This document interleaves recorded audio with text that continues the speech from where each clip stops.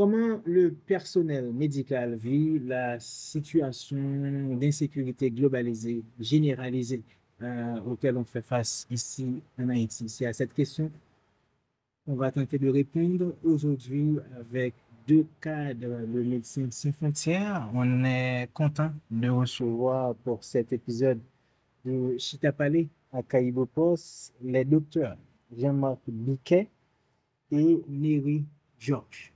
Jean-Marc Biquet est docteur en santé globale depuis 1 an en Haïti. Il est actuellement chef de mission pour Médecins Sans Frontières et Néry Georges est médecin urgentiste en Médecins Sans Frontières, mais vraiment depuis des années. Merci d'accepter notre invitation. On va parler, comme je l'ai dit à l'intro, de la situation d'insécurité, de ce que vous faites, MSF, et de ce que cela veut dire, d'être en première ligne, de front. Et on va peut-être commencer d'une façon assez simple. Racontez-nous comment vous êtes arrivé à MSF. Qui veut commencer? Allez, je commence. Moi, j'ai fait des études de journalisme et de sciences politiques d'abord, et j'ai toujours été intéressé à dire qu'est-ce que je peux faire pour aider les gens qui ont moins de moyens que moi. J'ai la chance d'être né dans un pays riche, j'ai eu la chance d'avoir de l'éducation. Et Vous êtes belge? Je suis belge, oui, tout à fait. Et je sais que malheureusement, ailleurs dans le monde, ce n'est pas possible. Donc, après avoir fait mes études, après avoir travaillé un petit temps dans le privé en Belgique, je dis, ben, je voudrais donner un sens à ma vie. J'aimerais pouvoir apporter ce que les autres n'ont pas et qui, pour moi, ce serait plus facile peut-être d'apporter. Et donc, j'ai postulé à MSF. Moi, je voyais MSF à la télévision et ils étaient partout dans le monde, là où il y avait des difficultés. Je me dis, ben, je vais proposer mes services. Bon, il se fait qu'ils ont reçu mon CV, ils ont été intéressés. On a eu un premier entretien. Donc, c'était en 93, quand j'ai plus 20 ans. Et je suis parti comme ça pour la première mission en Irak. Et je dois dire que ça m'a plu. Ça m'a plu, ce qu'on faisait. Je trouvais que ça avait du sens, que effectivement MSF pouvait faire la différence, même si MSF n'a pas assez de moyens pour répondre à l'ensemble des besoins, mais au moins ce qu'on fait, on voit qu'on a un impact positif. Et donc je me suis dit, ben, OK, après la première mission, je vais en faire une deuxième, une troisième, quatrième. Et voilà, ça a commencé comme ça. Tony, comment est-ce que vous avez commencé avec MSF? Eh bien, moi-même, en tant que Médecins Sans Frontières, en étant une organisation médicale, humanitaire et internationale, donc une fois que cette organisation-là travaillait en Haïti, dans les cas d'urgence, donc là maintenant, moi-même j'étais déjà médecin dans les années 2013. On avait besoin de médecins remplaçants. J'avais commencé comme médecin remplaçant, c'était à Matissan, au centre d'urgence de Matissan. Je me souviens bien. Donc là, maintenant, une fois à Matissan, je commence à travailler pour eux. Et puis là, j'étais toujours aussi en contact avec des amis médecins qui étaient aussi à Tabar, le projet Tabar, pour des petits projets de mon hôpital de traumatologie. On roulait là-bas, on fonctionnait là-bas. Et puis là, on avait besoin aussi des médecins. On postulait, on fait des recrutements. Et puis là, j'ai été recruté comme médecin urgentiste. Donc là, 2015, on est en 2015, 2015, 2014, 2015, 2016, 2017, 2018. Depuis 2017, on avait commencé par annoncer la fermeture de ce projet, malheureusement. Et c'était fait en 2019. Et puis là, la même année, et puis MSF a dû rouvrir ce projet à la fin de l'année, c'est en décembre, début en décembre. 2019, je suis là avec MSF pour aider nos patients, nos victimes, nos blessés à se stabiliser en termes de soins. Et voilà, c'est ce qu'on fait là. Présentez-nous les différents programmes de MSF en Haïti aujourd'hui. Qu'est-ce que vous faites spécifiquement et à quel endroit? Donc, actuellement, sur Port-au-Prince, on a donc cet hôpital, ce centre traumatologique qui prend en charge des blessés et des brûlés à Tabar. On a un centre d'urgence à Turgeau qui reçoit tous les blessés, tous les malades graves. On va donc les stabiliser et éventuellement les référer vers d'autres hôpitaux en fonction des besoins de soins spécialisés. On a un projet qui prend en charge toutes les victimes de violences sexuelles, qui est basé à Delma. On a des cliniques mobiles. Donc, dans les quartiers de Bas-Bel-Air, l'insécurité fait qu'on ne peut pas y être en permanence. Mais on a des équipes qui vont quasiment tous les jours, en journée, apporter des soins de santé primaire, donc soigner les grippes, les maladies de peau de la population. Donc ça, c'est pour Port-au-Prince.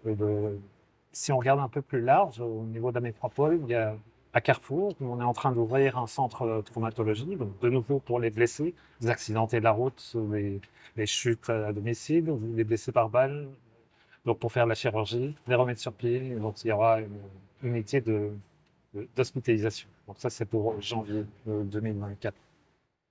En dehors de la métropole, à Gonaïves, on a aussi une antenne qui s'occupe des victimes de violences sexuelles. Et ils ont plusieurs bureaux, ils essaient d'avoir délocalisé les services pour pouvoir offrir à plus de personnes leurs services. Et on a une maternité à Port-à-Piment, dans le sud, où on prend en charge tout type d'accouchement, les simples, les compliqués, et donc cette zone du sud du pays. Est-ce que vous avez des statistiques? Comment est-ce que la situation a évolué ces 3, 4 dernières années? Je veux dire? Alors, les statistiques, mais oui, bien sûr qu'on en a. Donc, dans tout programme, on fait évidemment, on enregistre l'ensemble des admissions que l'on a pour pouvoir faire des analyses, voir si ce que nous faisons correspond aux besoins. Est-ce qu'il ne faut pas réorienter éventuellement le projet pour adresser des problèmes auxquels on n'avait pas pensé au début? Donc, si on regarde pour les victimes de violences sexuelles, par exemple, on a pris en charge 1700 cas de victimes de violences sexuelles sur les 6 premiers mois de l'année 2023. En 2022, c'était 1700 pour toute l'année. Donc ça vous donne une idée de l'importance du phénomène. Maintenant, si on regarde la prise en charge de patients, un Turgot, ce centre d'urgence, donc on reçoit les malades ou les blessés, tous ceux qui sont dans un état grave, c'est 30 000 admissions par an. Donc c'est énorme. Ça veut dire que les gens viennent de partout, de Port-au-Prince, chercher des soins, parce qu'ils savent que là, c'est gratuit et c'est de qualité reconnue. Donc les gens viennent chez nous. À Tabar, sur les 6 premiers mois de l'année 2023, c'était 600 blessés qui ont été pris en charge. Au niveau des brûlés, c'est un peu moins, heureusement, tant qu'à faire. Il faut savoir qu'à Tabar, c'est le seul endroit dans le pays où on prend en charge les brûlés. Une unité spécialisée dans la prise en charge des brûlés.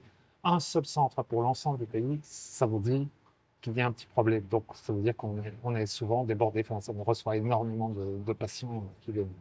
À Port-à-Piment, c'est quelques 100 accouchements par mois que l'on fait. On a des équipes. Alors, c'est non seulement la maternité où les femmes peuvent venir pour accoucher, mais il faut aller dans les villages pour donner l'information, pour les sensibiliser au fait qu'il est potentiellement mieux de venir à l'hôpital pour accoucher plutôt que de le faire à domicile. Parce que s'il y a la moindre complication à domicile, ils sont totalement isolés dans les montagnes.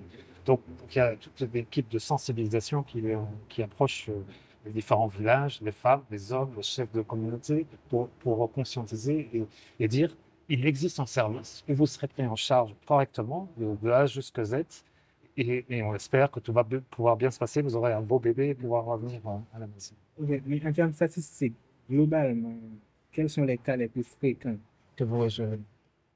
Tout dépend du projet. Donc, évidemment, un projet pour les victimes de violences sexuelles, les gens savent, parce qu'il y a un minimum de publicité qui est fait dans les communautés, où tous les centres de santé, tous les services de santé savent que dès qu'ils détectent un cas de violence sexuelle, ils vont le référer vers ce projet-là. Donc c'est uniquement ce type de cas-là. Si je regarde sur Turgot, donc centre d'urgence où on reçoit malades ou blessés, peu importe les raisons pour lesquelles ils sont dans une situation grave, c'est majoritairement des malades, des gens qui ont des crises d'asthme, diabète, hypertension, toutes sortes de problèmes. Il y a les accidentés de la route, malheureusement, il y en a énormément dans Port-au-Prince. Et des blessés par balle, parce que, comme vous le savez, il y a beaucoup de violence dans la ville, et donc il nous arrive. On va parler un peu plus tard de la violence sexuelle et de la prise en charge offerte par MSF spécifiquement aux victimes. Mais docteur Georges, vous êtes médecin, vous travaillez, vous êtes première ligne de front, comme je le disais tout à l'heure. au niveau de tabac, c'est quoi la situation sur place? Bon, à Tabar, c'est exactement la situation de la zone métropolitaine. Donc, nous connaissons très bien que c'est un centre, on l'a dit ça, c'est un hôpital de traumatologie. Et là aussi, c'est le seul centre du pays où on reçoit les boulets. Donc, d'abord, côté boulets, donc, puisque c'est le seul centre de boulets en Haïti. Donc là, et c'est tout à fait normal que tous les départements du pays envoient des patients par transfert. Mais là encore, au niveau de la zone métropolitaine, il y a pas mal de cas d'incendie, soit à domicile, qui arrivent comme ça, et puis on reçoit les patients. Mais côté trauma, alors un boulet, c'est traumatisé aussi. Mais pour faire la différence, on voulait dire trauma et boulet. C'est juste pour faire la différence. Mais là, maintenant, côté trauma, côté traumatologie, et là, on reçoit des accidents de la voie publique, les patients qui ont été victimes d'un accident à domicile, les patients aussi qui ont été victimes de plaies par balle, ok, de blessures par balle, de blessures par arme blanche, tout ça. Mais le fait qu'à Tabar, nous sommes une équipe qui est sur place, donc toute l'équipe est mobilisée, donc l'urgence a été donnée dans les heures, dans les secondes qui suivent, donc ça fait que la population se dirige directement vers là pour se faire soigner. Mais à Tabar, par exemple, quels sont les cas les plus fréquents?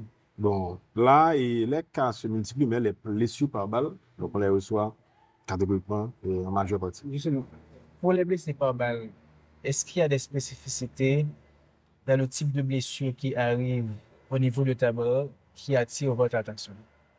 Est-ce que le type d'arme utilisé, par exemple, le type de projectile utilisé rend compliqué les prises en charge? Bon, je ne suis pas expert dans la balistique, par exemple, mais comme étant médecin, donc généralement, je travaille au niveau des soins intensifs vitales. Donc là, maintenant, les plaies qui arrivent, les orifices peuvent être différents d'un jour à l'autre, de patient à un autre. Vous voyez? Donc ça fait que on ne pourra pas toujours dire que je ne suis pas un expert en balistique, mais là maintenant, c'est la lésion, l'organe que la balle a lésé qui dérange. Donc c'est pas seulement l'orifice. On peut avoir un petit orifice et puis le dégât que ça fait dedans, et c'est plus grave qu'un patient qui a un plus grand orifice. Est-ce que tu vois là? Donc, ça fait que c'est le type de blessure que ça cause, c'est le bilan lésionnel que le médecin chirurgien va faire au bloc opératoire, tout ça, pour réparer, c'est ça.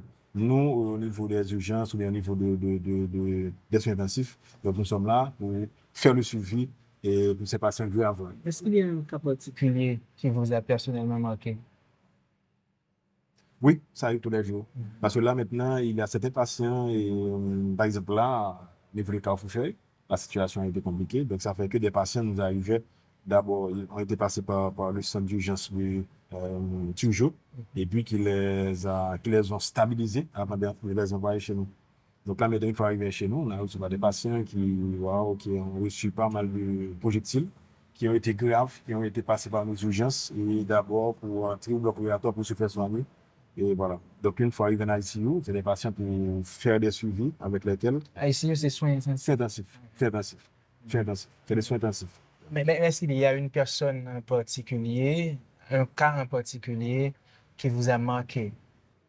Oui, si je me souviens en tête, c'était un cas de plaie par balle, blessure par arme à feu. Donc, c'était un monsieur qui avait 39 ans comme ça. Donc, il était arrivé, c'était à Delma 33.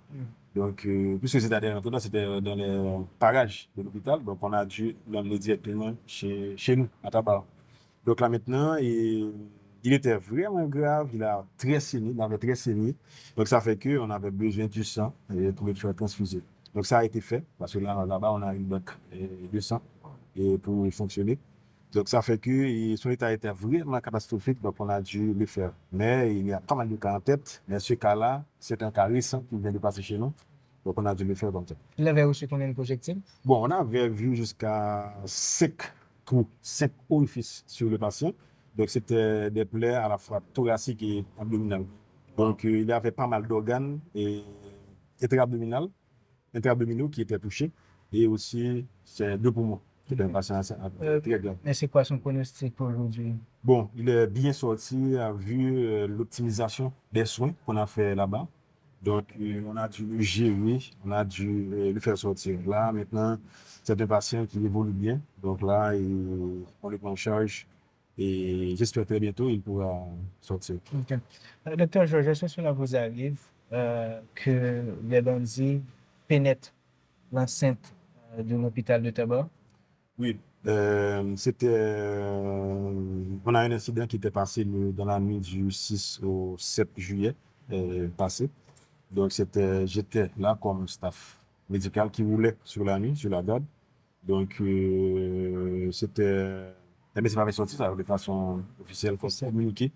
Donc, des hommes armés étaient rentrés chez nous, des porteurs d'armes, cagoulés, et une vingtaine comme ça. Donc, bon, à mon but, il était venu chercher un patient qui était au bloc opératoire. Donc, on a dû mettre tout le personnel à même sol, à bas ventre, donc pour faire leur truc. Donc, au final, ils étaient sortis avec. Mais c'est pas vraiment décidé que c'était pas normal. L'hôpital, c'est une zone neutre. Malheureusement, c'était pas normal pour les employés qui se défoncent pour donner du soin des personnels de santé. Et puis là, maintenant, ils ont dû être confrontés à ce genre de situation. Donc, c'était vraiment difficile pour nous, côté psychologique. Donc, on a dû... Mais vous étiez là. Oui.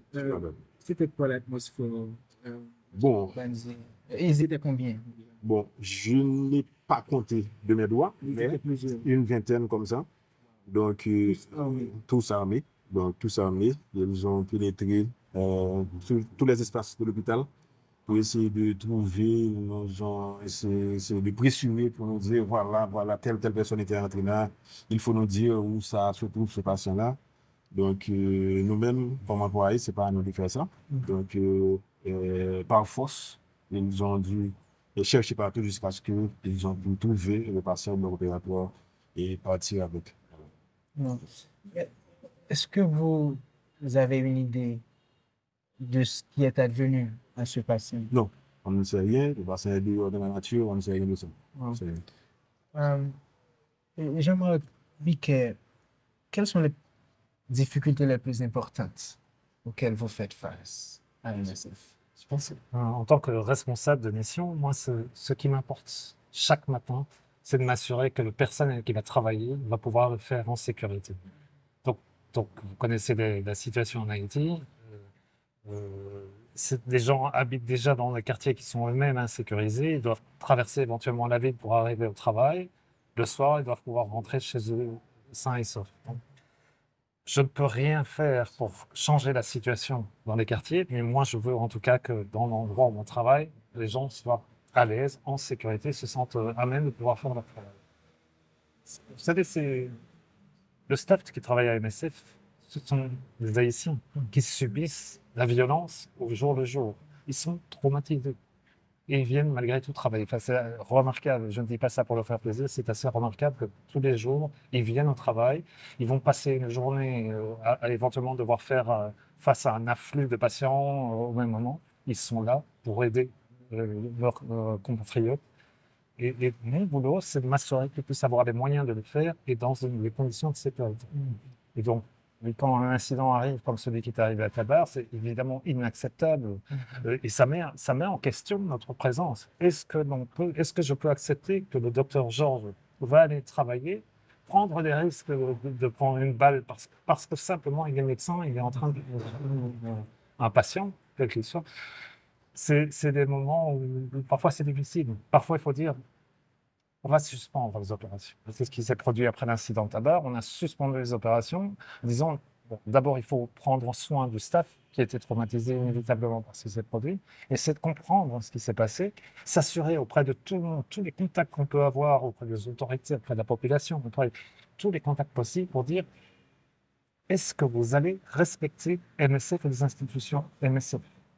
Et dépendant de la manière dont on semble, on a suffisamment confiance pour dire on recommence les activités, on recommence finalement à exposer les gens face au risque. Mais est-ce que après cet incident, vous avez pu prendre contact avec le groupe qui a débarqué? Est-ce que vous avez pu comprendre ce qui s'est passé et avoir un niveau de compréhension suffisant pour vous dire que oui, on peut recommencer à fonctionner, cet incident est isolé, il ne va pas se répéter. Alors, on ne sait pas qui est venu. Bon, d'abord, on n'est pas inspecteur de police, on n'a pas nécessairement les compétences pour pouvoir faire une vraie enquête, mais on ne sait pas qui étaient ces personnes. Une vingtaine de personnes qui, comme ça, s'introduisent, tous bien armés. On ne sait pas qui c'est. Supposer que c'est des gens qui ont l'habitude de porter des armes.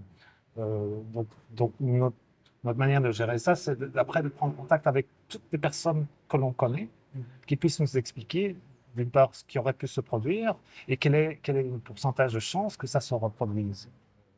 Et c'est fonction de ces contacts avec les autorités, avec la police, avec la justice, avec les autres hôpitaux qui ont subi des conditions, des incidents du même type, jusqu'à ce qu'on estime que, OK, on ne saura sans doute jamais la vérité.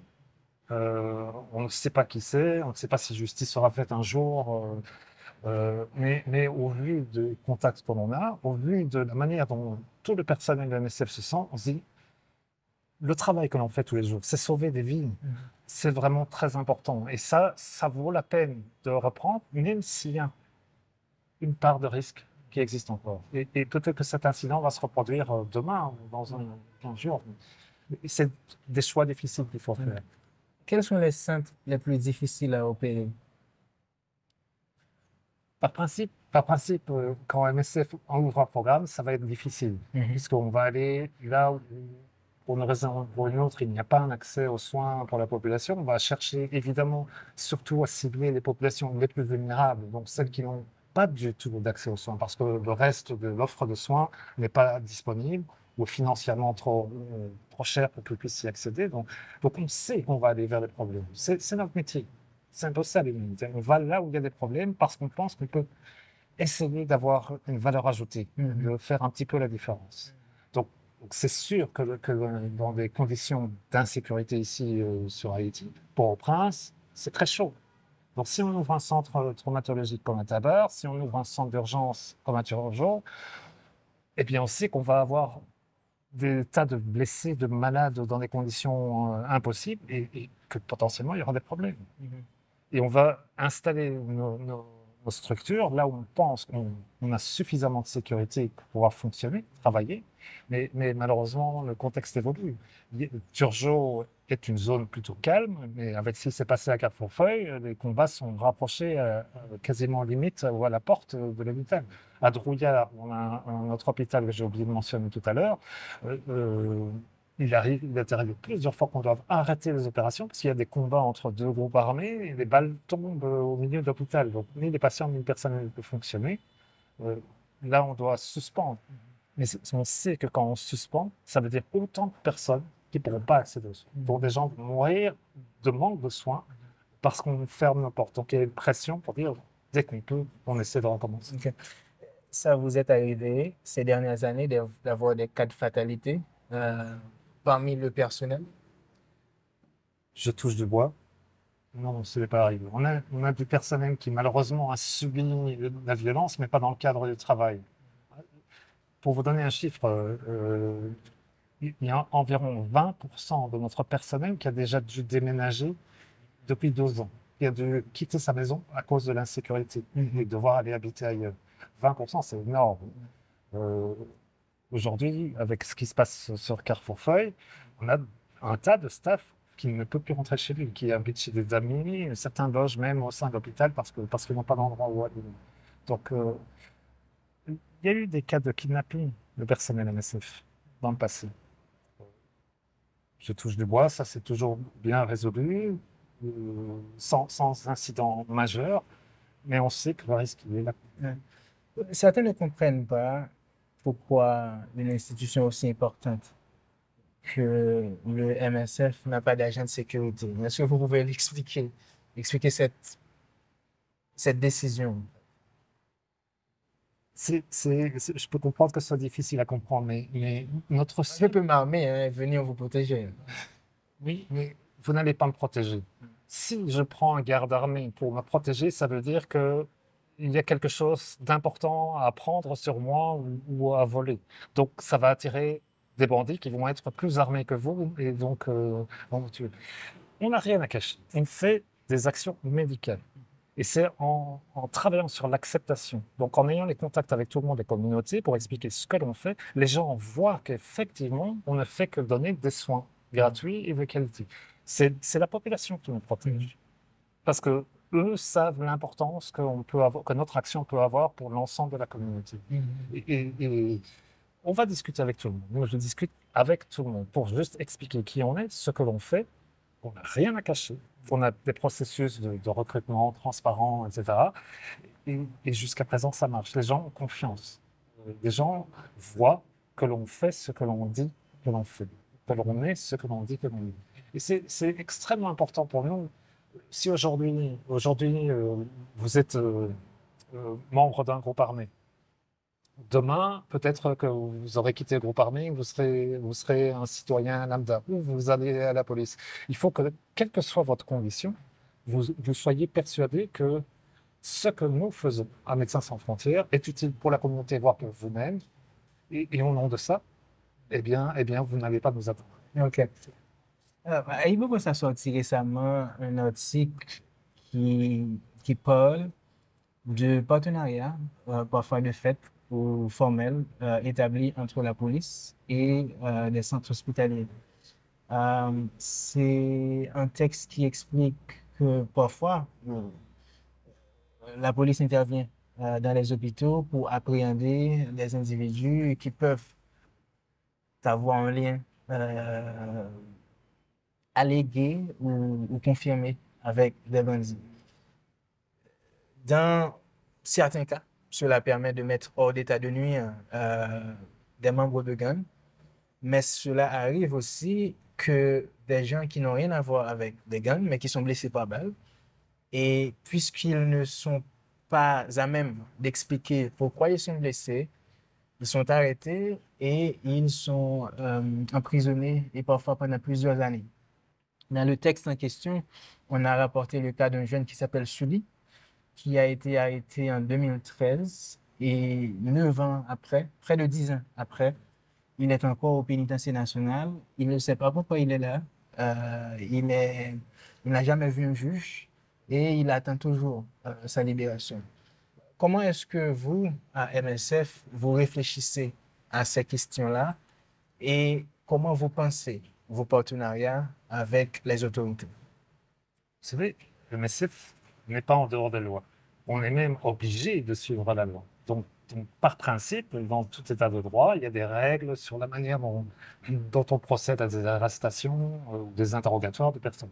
Nous ne sommes pas des agents de la justice. Nous sommes médicaux, on soigne. Mais imaginons un instant qu'un juge ou la police est convaincue qu'il y a dans notre hôpital une personne qui serait liée à un gang ou un criminel quelconque. Eh bien, il y a des règles. Il suffit d'avoir un mandat d'arrêt et nous ne pouvons pas nous opposer à la justice. Enfin, ce serait illégal de s'opposer à la justice. L'important pour nous, c'est juste de suivre les règles. Et on sait ce qu'on nous demande. Si on ne suit pas les règles, on va avoir des problèmes. Donc dans tout état de droit, il y a des mécanismes qui sont prévus. Et donc, nous avons régulièrement des policiers qui se présentent à la porte, ou des juges de paix, qui veulent faire une enquête. Pas de souci, on ne va pas s'opposer à ça.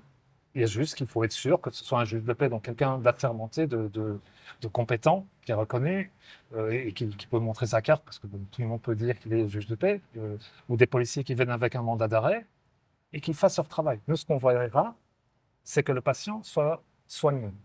Et donc le médecin dira éventuellement, vous ne pouvez pas l'emmener maintenant, parce que si vous l'emmenez, il va décéder faute de soins. Donc on va chercher une solution.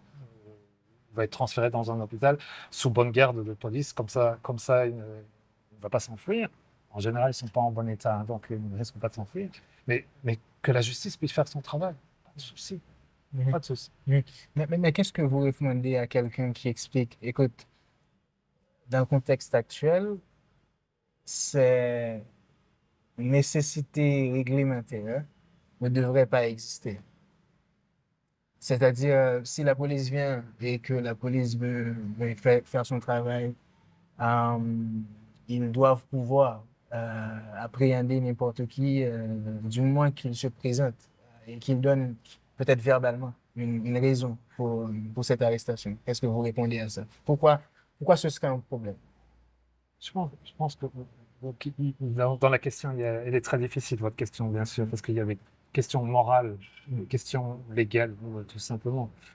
Euh, ce n'est pas en étant hors la loi que l'on va pouvoir combattre tout ce qui est hors la loi. Il faut un minimum de règles de vivre ensemble. Tout état de droit, son code pénal, ses structures, ses institutions pour le faire. Ça peut être parfois un frein pour atteindre l'objectif qui est peut-être d'attaquer cette personne là, qui est incriminée, convaincue ou réputée. Si on ne fait pas ça dans les règles, en boomerang, ça reviendra un jour ou l'autre. Alors, de nouveau, nous sommes une organisation médicale, on n'est pas des compétents dans tout ce qui est justice, et il y a des avocats, des spécialistes dans le domaine. Mais une chose est sûre, c'est que si on ne met pas un minimum de règles pour gérer la relation interpersonnelle, dans ce cas-ci, une relation entre des médicaux et l'appareil judiciaire, alors on risque d'avoir des bavures comme ce monsieur Sulou pendant 10 ans en prison sans avoir été jugé. De nouveau, c'est pas à nous de juger si c'est bien, enfin, c'est une histoire malheureuse, en tout cas, qui est arrivée à cette personne-là. Ce que l'on sait, c'est qu'il arrive que des patients ont peur de venir à l'hôpital, de peur de se faire arrêter, alors ils ont reçu une balle perdue, et malheureusement, ça arrive très souvent. C'est un problème qu'il faut que les autorités haïtiennes, la société haïtienne, prennent en compte pour décider ce qui est juste. En attendant, nous ne sommes pas des agents de la justice. Nous sommes des médicaux, et on se limite à ça. Et que la justice fasse son travail, évidemment, bien sûr. Mais est-ce que, de par votre expérience, est-ce que la police respecte les règles? On a parfois des discussions ou éventuellement quelques problèmes. On va le régler en discutant avec la hiérarchie et ça peut se résoudre. C'est pas simple tous les jours, ça fait partie des difficultés du contexte, mais on doit toujours trouver un terrain d'entente. Et donc, on a des relations avec la hiérarchie dès qu'il y a un souci. Moi, j'ai des interlocuteurs avec qui discuter, on voit comment on peut résoudre le problème. En général, ça se passe. Docteur Georges, comme médecin, quelles sont les difficultés les plus importantes auxquelles vous faites face? Bon, normalement, dans mon métier, nous savons très bien que nous sommes en Haïti, c'est pas toujours facile, mais je travaille, alors je parle du contexte MSF. Oui, dans le contexte MSF. Le contexte MSF, donc nous aussi comme humains, comme médical, donc nous avons côté psychologique, nos problèmes aussi à confronter.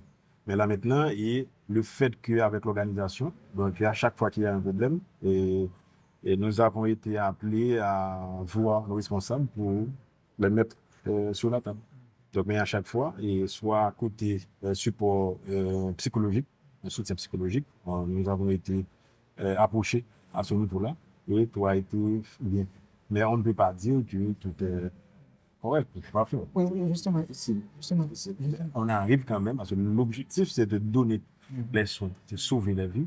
Donc, au final, ce qui a été prévu, est livré. Ok.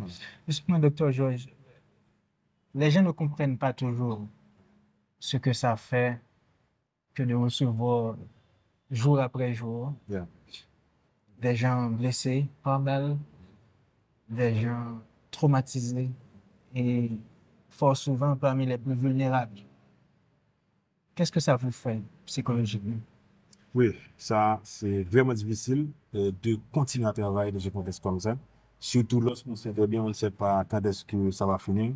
Est-ce que c'est dans un mois, l'année prochaine ou ça? Donc, le même objectif, le même mental, le même fort qu'on avait au début, et on doit le garder. Sinon, on sera déprimé. On va le faire. Donc, c'est-à-dire, à la première ligne, quand on est là, donc l'objectif c'est de sauver les vies. Donc si on a lâché, donc on ne pourra pas y arriver.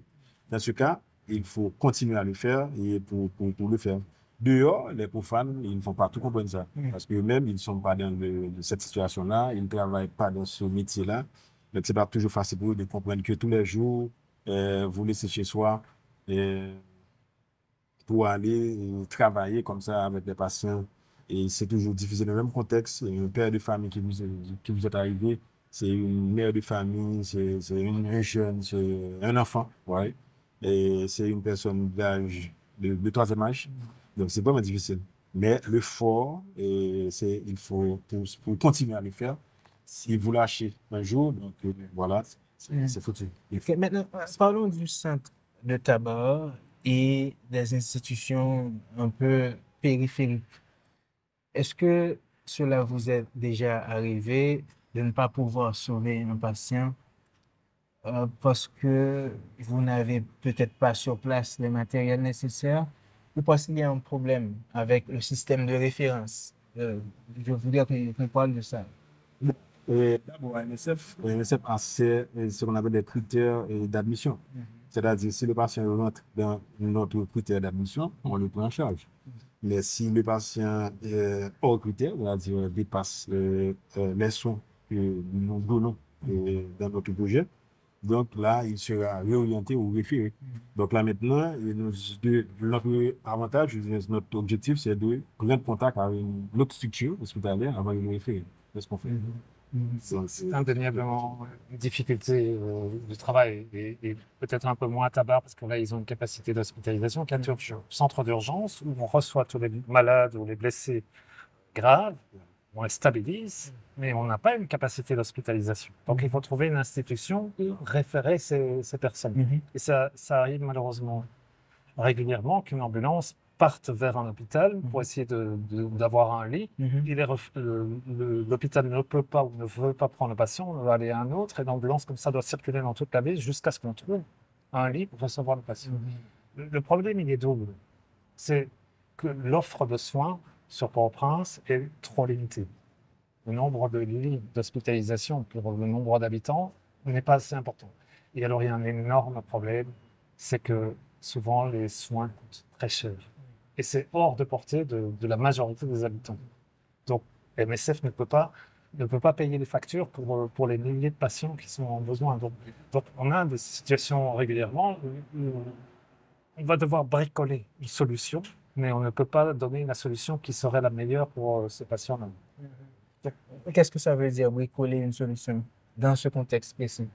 Bricoler, ça voudrait dire, eh bien, on va essayer de garder en observation de 3 jours, donner les médicaments nécessaires pour éviter une aggravation du cas, mais on ne va pas pouvoir régler le problème.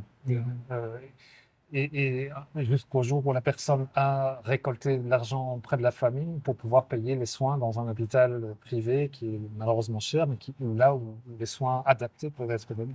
Okay. De votre perspective, depuis le MSF, quels sont les services qui manquent le plus dans la zone métropolitaine? Je dirais beaucoup. Mais regardons déjà ce que le MSF fait. Centre de traumatologie, prise en charge des urgences, prise en charge des victimes de violences sexuelles. Il n'y a pas de maternité. Or, la moitié de la population, ce sont des femmes, la plupart en âge de procréer. Il n'y a pas une maternité ici qui offrirait des soins gratuits pour les dames qui doivent accoucher. C'est vraiment un manque. On ressent le manque et on se dit, mais il faudrait qu'on fasse quelque chose, mais on a des moyens limités. La pédiatrie, des institutions spécialisées pour la prise en charge des enfants qui ont toutes sortes de pathologies, mais spécialisées. C'est pour ça que les pédiatres, il n'y a pas assez de lits pour accueillir ce type de patients. Donc on va, là, on peut trouver de l'espace, mais ce n'est pas une situation idéale ou acceptable. Pour une ville telle que Port-au-Prince, c'est quand même plusieurs millions d'habitants, il faudrait plus de services. Vous voulez ajouter quelque chose? Oui, comme il a dit, donc, par exemple, Jean-Marc, il a pris l'exemple de la maternité. Donc, nous avons des hôpitaux qui offrent des soins comme ça à la maternité, mais c'est toujours des manquants. Donc, pour une population grandissante dans la zone métropolitaine, donc on n'a pas assez. Donc, c'est pourquoi que MSF est là pour accompagner et les autres hôpitaux dans ce cas-là. Est-ce que vous avez des partenariats avec l'État ici? avec le MSPP, le ministère de la Santé? Bien sûr, on est ici parce que le MSPP nous permet, on a trouvé des accords pour dire que c'est le MSPP qui détermine quels sont les besoins les plus urgents. On regarde si c'est dans nos capacités et puis on ouvre les projets. Bon, nous sommes partenaires du ministère de la Santé. Donc les discussions sont plus que régulières avec les différents services du ministère de la Santé et on sait que le ministère de la Santé a des limites en termes de moyens. Donc on vient les appuyer avec ce que l'on peut. Nos moyens étant limités, ça ne couvre pas l'ensemble des besoins, malheureusement. Et cette question s'adresse à vous deux. Qu'est-ce que vous avez appris dans votre travail au sein des quartiers défavorisés de la zone métropolitaine de Port-au-Prince ces dernières années? Dans les zones défavorisées? Oui, dans les quartiers, dans les bidonvilles. Je parle de Cité-Soleil, je parle de Martissan.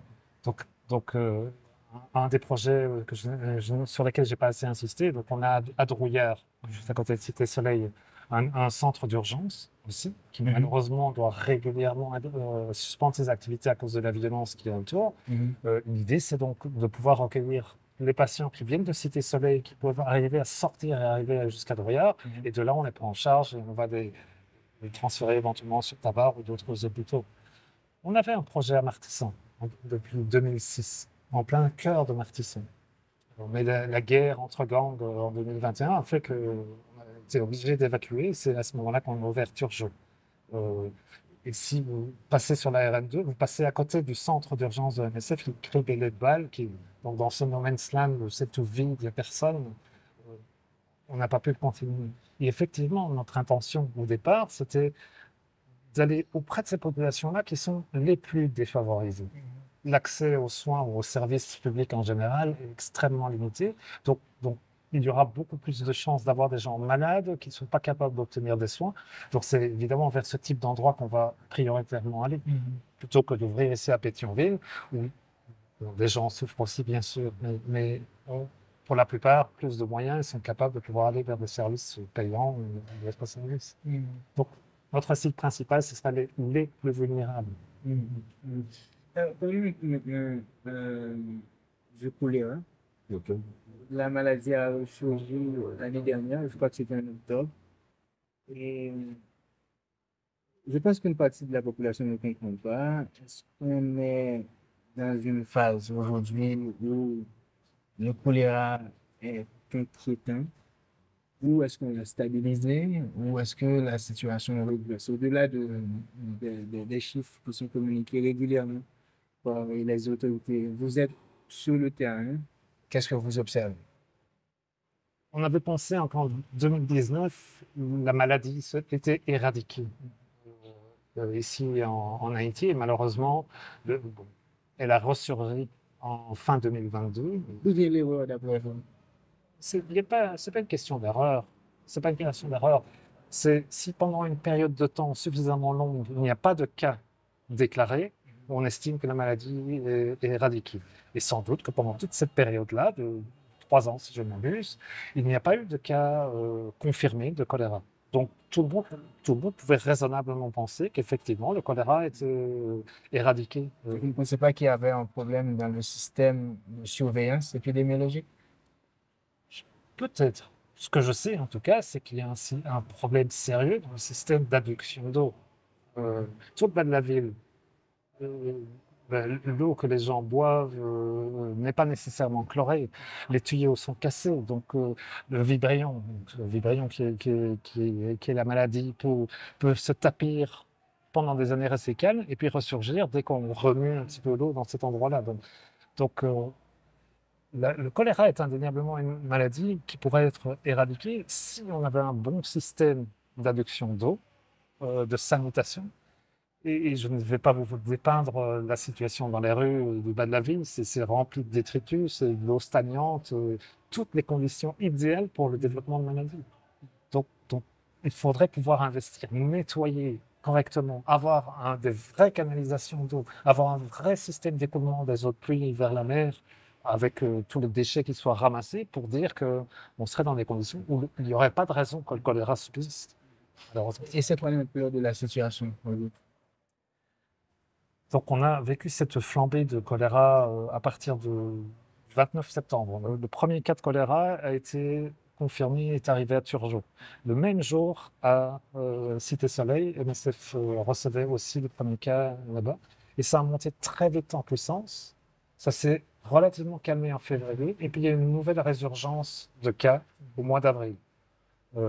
MSF a participé bien sûr à la lutte contre la maladie par la prise en charge des patients. On a traité plus de 18 000 patients. Hein, donc, en fait, c'est normal. MSF est une organisation d'urgence. En dehors de nos projets réguliers, on va réagir dès qu'il y a un besoin.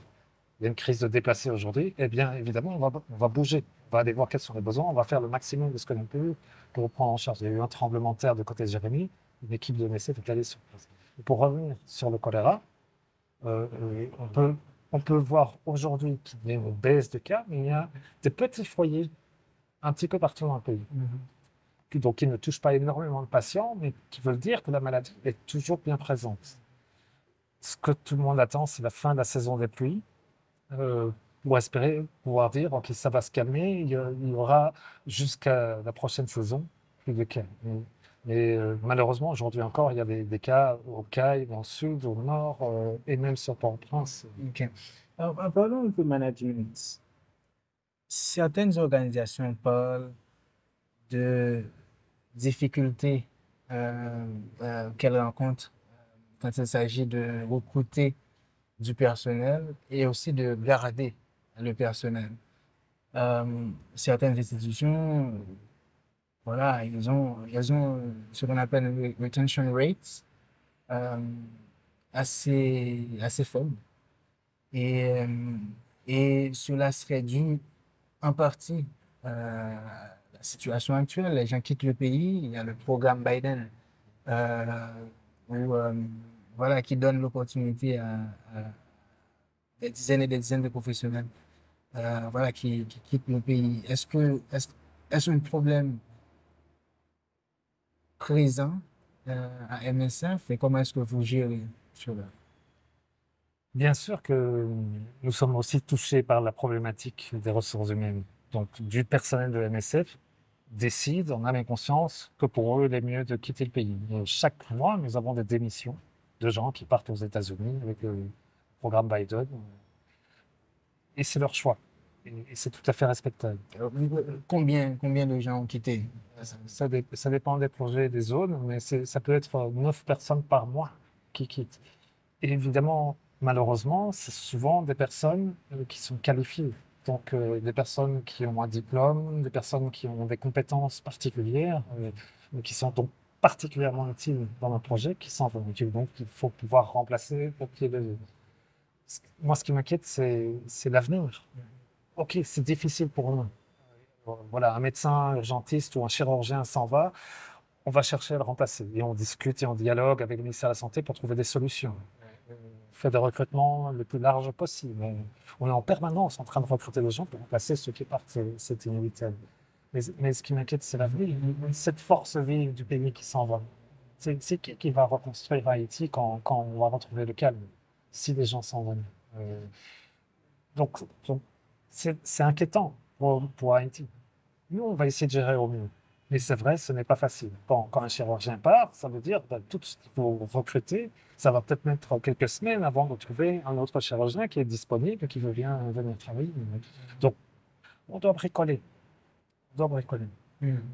Mais c'est valable à MSF comme dans toute institution. C'est très difficile. C'est d'autant plus difficile que, comme vous le savez, la situation économique du pays n'est pas très bonne. Donc, nous recevons énormément de candidatures de gens qui veulent travailler chez nous, mais on ne peut pas les accepter. On peut prendre que le personnel qui est nécessaire au programme. L'argent que l'on a disponible, c'est pour faire tourner nos activités. C'est malheureusement pas pour donner l'emploi à tout le monde. Oui, justement, mais c'est quoi votre budget sur Haïti? Ça va tourner autour des 40 millions d'euros. Et c'est que pour quelques programmes. C'est largement pas assez pour répondre aux besoins, mais c'est déjà ça. Et ce que l'on peut, c'est l'utiliser au mieux pour apporter une valeur ajoutée la plus importante. Justement, parce que certaines organisations évoquent un désengagement de la communauté internationale par rapport à Haïti. C'est-à-dire, il y a un besoin sur le terrain qui ne serait pas adressé, faute de budget. Vous en pensez quoi? C'est quelque chose qui nous inquiète fortement. Dans le domaine de la santé, on se sent très seul. Il y a quelques autres organisations, mais très peu, qui sont aussi opérationnelles. Et s'il n'y a pas plus d'acteurs, c'est en partie dû au manque d'argent et donc moins d'argent disponible pour la crise d'Haïti. On dit que c'est l'Ukraine qui a drainé tout l'argent de l'aide humanitaire. Je pense que c'est en partie vrai, mais il y a certainement d'autres raisons. C'est aussi l'insécurité. Tout le monde ne se sent pas nécessairement à l'aise pour venir dans un endroit considéré comme étant dangereux et prendre des risques si on n'a pas une infrastructure, une habitude de gestion de la sécurité.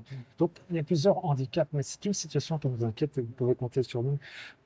En dehors de l'action que l'on fait, de faire du plaidoyer et aller auprès d'autres organisations, aller auprès des bailleurs de fonds en disant vous dites dans les médias il faut aider Haïti. Eh bien, commencer, c'est maintenant qu'il faut le faire. C'est pas attendre je ne sais pas quoi, c'est maintenant qu'il faut apporter des moyens auprès du gouvernement, bien sûr, c'est quand même les premiers responsables de la gestion ici en Haïti, mais auprès des ONG qui seraient disponibles et volontaires pour pouvoir venir travailler. Docteur Georges, est-ce que, est-ce qu'il existe des gestes simples que les gens pourraient faire pour rendre votre travail plus facile?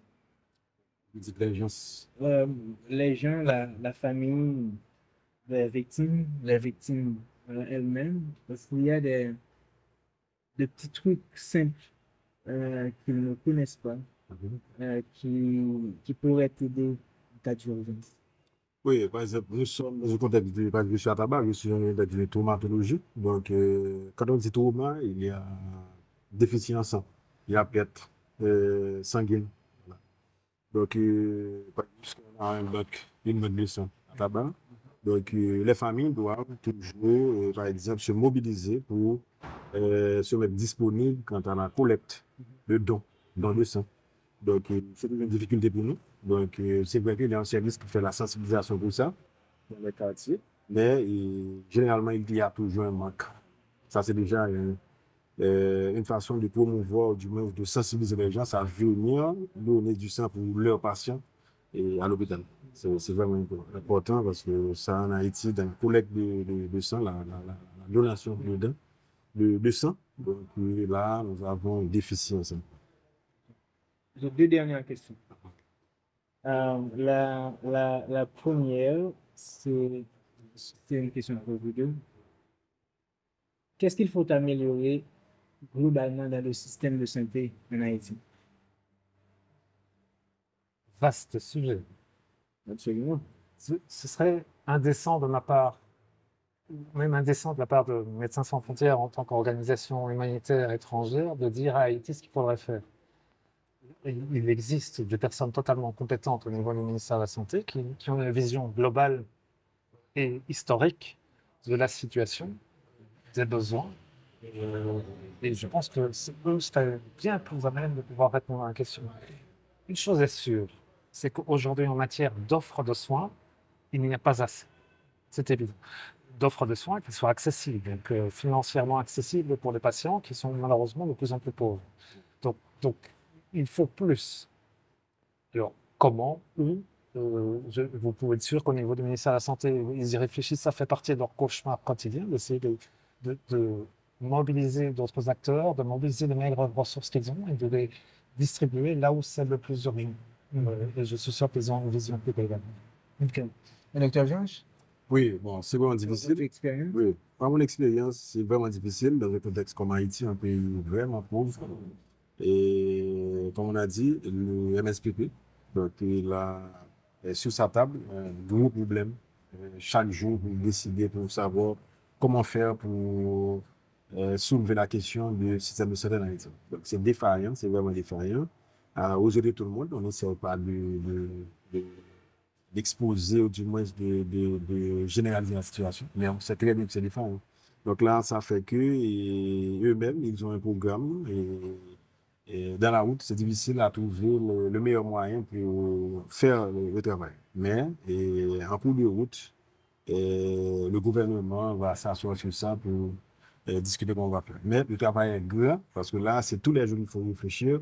Et si on n'y parvient pas, et c'est pour pouvoir voir un peu les haïtiens, et avec le contexte difficile d'insécurité, donc ils ont un grand besoin de soins. Et voilà, c'est difficile, c'est un problème à résoudre. C'est un groupe, c'est pas une question, c'est pas une seule personne qui va réfléchir, c'est large. Et ma dernière question pour vous surprendre, vous êtes dans le cambouis quotidien de, des difficultés, vous vous confrontez aux blessés, aux malades, aux traumatisés. Qu'est-ce que vous donne espoir? Moi, personnellement, ce qui me plaît en Haïti, c'est de travailler avec les Haïtiens. Bon, sincèrement, j'admire le personnel qui travaille à MSF, qui se donne à fond, qui ne regarde pas ses heures pour pouvoir répondre aux besoins les plus urgents. Certains passent la nuit alors qu'ils viennent de passer toute la journée et continuent à travailler parce que les besoins sont là. Ils sont motivés, ils savent qu'ils peuvent faire une différence pour ces patients-là et ils veulent le faire. Je veux dire, je suis en admiration et ce que j'aime beaucoup aussi, c'est que moi, je sais qu'ils sont traumatisés par ce qui se passe. Moi, j'ai l'avantage, je suis un étranger. Si je n'en peux plus, je pourrais partir. Eux sont ici. Et demain, ils y seront encore. Et parfois, certains sont confrontés au débat interne. Est-ce qu'il ne vaut pas mieux quitter, offrir un peu de sécurité aux enfants, partir à l'étranger? Mais quitter, ça veut dire abandonner son pays, ses racines, son être. Enfin, je trouve ça extrêmement touchant. Enfin, j'ai de l'admiration. Alors, si je peux, moi, apporter un petit plus, eh bien, c'est volontiers que je le fais. Docteur Georges, quitter, est-ce que l'idée vous est passée par la tête? Oui, en tant qu'Haïtien, en tant que professionnel, puis travailler dans un milieu assez difficile comme Haïti, le contexte, tous les jours, en famille, en amour, on se pose la question. Et se faire agresser, c'est pas assez difficile pour que ça arrive bon matin. Mais des fois aussi, on se pose la question, et on doit, si on part un jour, cette population-là, qui est un grand besoin de santé, et un soin de santé, donc qui va l'aider. Mais là maintenant, on est là, on est encore là, avec le courage que ça demande. Mais sentimentalement, psychologiquement, on se sent vraiment coincé. Coincé, parce qu'on ne peut pas faire tout seul. C'est un système qui n'a pas marché. Et c'est un système qui est en difficulté. Donc, mais personnellement, c'est pas facile. C'est pas facile. On se pose la question tous les jours. Demain, qu'est-ce qu'on va faire? Et voilà, c'est difficile. Merci, docteur Neri Georges. Merci, Jean-Marc Biquet. Je vous rappelle que vous êtes docteur en santé globale et chef de mission pour RSF. Et docteur Georges, vous êtes médecin urgentiste pour l'organisation. Merci d'avoir suivi cet épisode de Chita Palais à Caillou Boss. On vous donne rendez-vous très bientôt.